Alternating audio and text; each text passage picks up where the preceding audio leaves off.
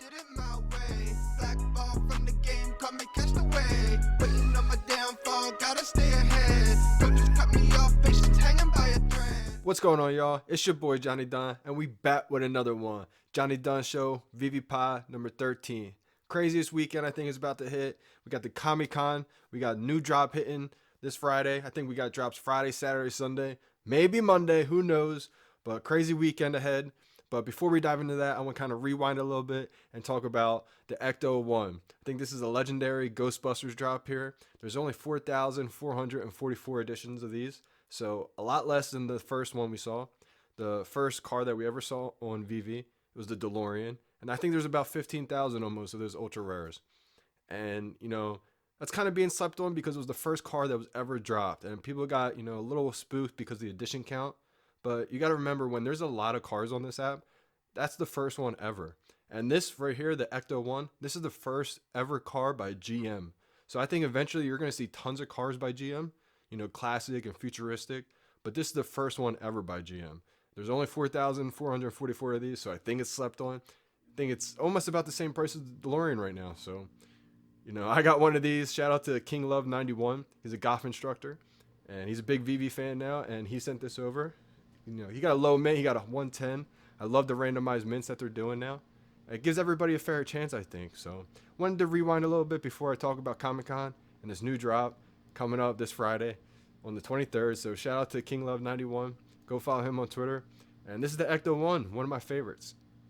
And that was the Ecto 1 Ghostbusters drop. Moving on to this weekend, Friday, the first one of the Comic-Con. This weekend's just going to be bananas. This weekend's going to be crazy. Friday, Saturday, Sunday. Maybe Monday. We don't really know. We got a lot of drops. You're going to really have to save those gems, get those gems, and really go after what you love. There's going to become a point where there's 4 drops a week, 2 on Monday, 2 on Thursday, or whatever it is. And you're not going to be able to grab, every single drop. You're going to want to, but you're going to really have to start getting specific and getting after things that you really love, because you're not going to be able to get every drop. So getting into this first drop Friday, we got the Green Cthulhu. I really like the way this one looks. Can you imagine the way this is going to look in 8K in your VeVeverse mansion? I can't wait to put in my showroom. I'm going to try to get one of these. We got $50, 1,975 editions. It's a con exclusive. You're going to want all these con exclusives because this is the first Comic-Con ever. People are going to try to get after these. Got to get the gems ready. It's going to probably be a sought after collectible. It's going to be sold out instantly in seconds.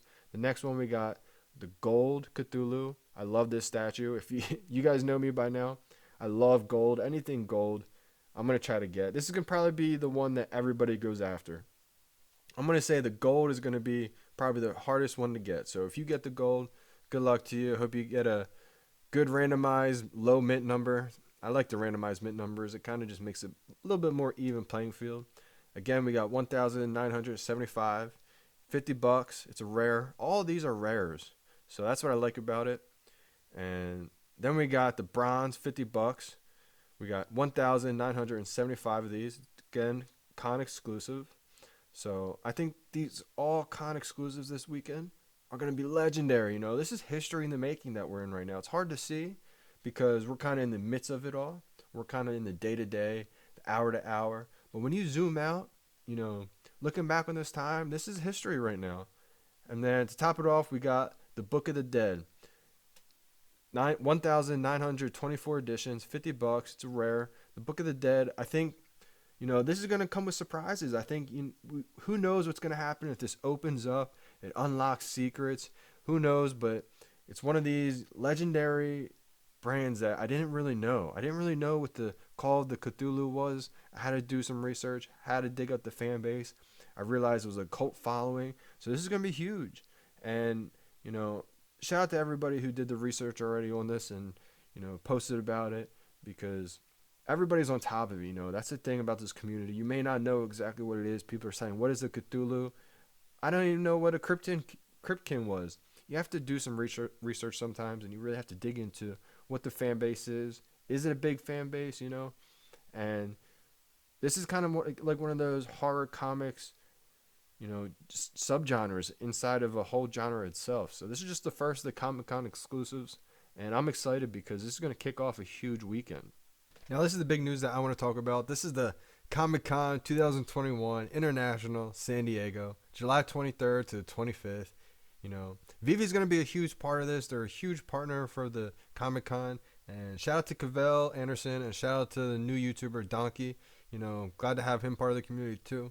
They both talked about this in their one video. You know, Cavell was covering his video, talked about the capabilities of the VeVeverse and what the virtual showroom is going to look like, what the virtual Comic-Con could possibly look like, and kind of, I think it's a good glimpse of what the VeVeverse is. You know, we're going to expand so much upon what we're about to see, and this is just the beginning phases.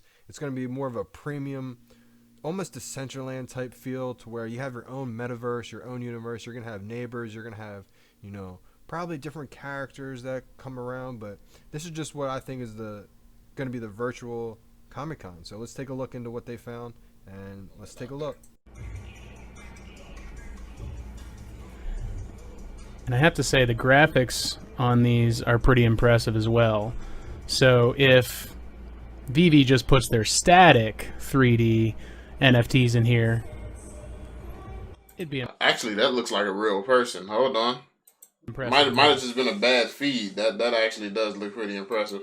But if they can add the audio, I mean, this is, you know, a touch better than the Ghost Trap. Not much, but, you know, a touch. Are these real people? Yeah, that's cool. So that shows you a general idea. So If those aren't real people, then that was amazing. If those is real people, it don't count. To touch some more on Unity, they are a very well-known game engine. They started in 2005, I believe, and they're known for 3D and VR. They really just recently started adding 2D, and that's a little less robust than their 3D.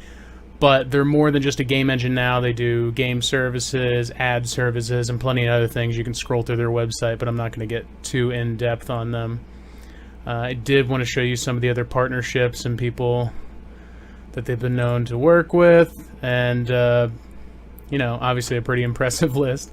But let's go ahead and check out Paralux, because I know they've worked with Unity before as well. Taking a closer look at Paralux, we see that they're more involved in the 3D real-time mapping and their virtual reality and augmented reality. We'll take a deeper dive on that, but look at some of the big names they've worked with, as well as they've also been. So this is big news. You know, we don't really know what to expect in this virtual Comic-Con. I've never been to a physical one. I've never been to a virtual one. So it's going to be fun, and I think this is the first glimpse of what the VeVeverse could possibly be. You know, maybe the Comic-Con comes home to VeVe. They meant this is what the first iteration of the VeVeverse, you know. I think we could definitely see something along the lines of this. It looks sort of like a Decentraland, but a more premium version. And this is only the beginning. You know, all these metaverses I could see eventually kind of connecting one day in the future. But VeVeverse is the very beginning of something that's going to be very big. You know, nothing has ever seen this many IP brands before on one app. You know, I've always said VeVe is so many apps in one. It's the Instagram, Facebook, Twitter, Amazon, Netflix, all in one app. You know, it's a social media on blockchain. You know, this is Amazon when Amazon was only selling books. This is huge. So I think maybe even if this isn't VeVeverse, I think it's, you know, giving people the imagination to kind of see what possibly could happen in the future. So they've teased before how it's going to be really far away, but I think maybe they've been surprising us, and we could see some big things towards the end of the 2021 year.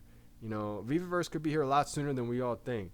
So shout out to Cavell and the new YouTuber Donkey for covering it, and everybody else who covered it, because this is big. This is historic times. You know, we're all pioneers. Shout out to everybody in the VeVe fam. We're all part of the community, man. We're all making this happen together. That's the Johnny Dunn Show, VeVe Pod 13. We out. Grinding every day and I did it my way. Black ball from the game, come and catch the wave.